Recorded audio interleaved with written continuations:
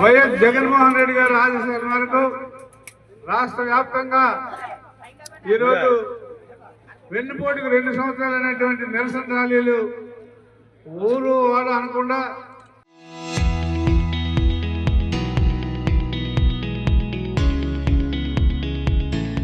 అన్ని చోట్ల కూడా అన్ని నియోజకవర్గాల్లో కూడా ఇవన్నీ జరుగుతూ ఉంది. అయితే మన తాలూకా ఉత్సాహం కానీ మన తాలూకా అభిమానం కానీ మన తాలూకా నాయకుడి పైన ఉన్నటువంటి గౌరవ భావాన్ని కానీ చూడలేక ఇవాళ అధికారంలో ఉన్నటువంటి పార్టీ వాళ్ళు అనేక రకాలైనటువంటి ఆంక్షలు విధిస్తూ ఉన్నారు. మరి మనందరికీ తెలుసు, ఇప్పుడు మనం ఎన్నో రకాలైనటువంటి ఆంక్షలు దాటుకొని ఈ మీటింగ్ స్పాట్కి వచ్చాం.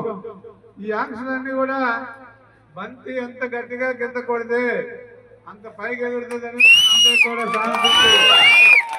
ఈ ప్రభుత్వం, ఈ కూటమి ప్రభుత్వం, పోలీసు వారు మాకు ఉన్నారు, అలాగే నాయకులు అధికారం ఉంది అని మీరు అనేక రకాలైనటువంటి హింసలు ప్రజలకు పెడితే దాని పర్యవస్థానం రేపు రాబోయే ఏ ఎన్నికలు వచ్చినా మీకు ప్రజలు ఖచ్చితంగా చూపిస్తారని చెప్పి సందర్భంగా మీ ద్వారా యావత్ ప్రజానీకానికి నేను మనవి చేస్తా ఉన్నాను.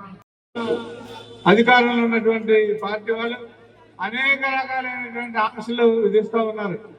మరి మనందరికీ తెలుసు, ఇప్పుడు మనం ఎన్నో రకాలైనటువంటి ఆంక్షలు దాటుకొని ఈ మీటింగ్ స్పాట్కి వచ్చాం. ఈ ఆంక్షలన్నీ కూడా బంతి ఎంత గట్టిగా కింద కొడితే అంత పైకి ఎదురుతుందని అందరికీ కూడా సాధించింది.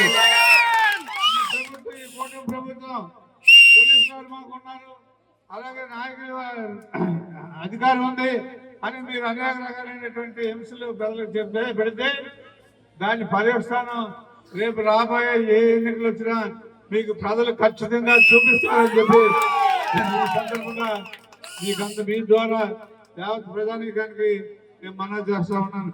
మరి ముఖ్యంగా ఇవాళ ఏమి వెన్నుపోటుకు 2 సంవత్సరాలు అనేటువంటి కార్యక్రమం, వెన్నుపోటు ఏంటి, 2 సంవత్సరాలు ఏంటండి.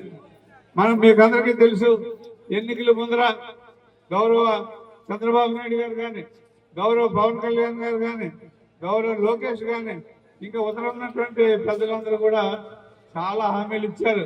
అయితే ఇవాళ మంత్రిగా ఉన్నటువంటి వ్యక్తులు కూడా ఆడపిల్ల కనిపిస్తే చాలు, అమ్మ నీకు 15,000, నీకు 15,000, నీకు 15,000, నీకు 15,000 ఎన్నో రకాలైనటువంటి హామీ ఇచ్చారు.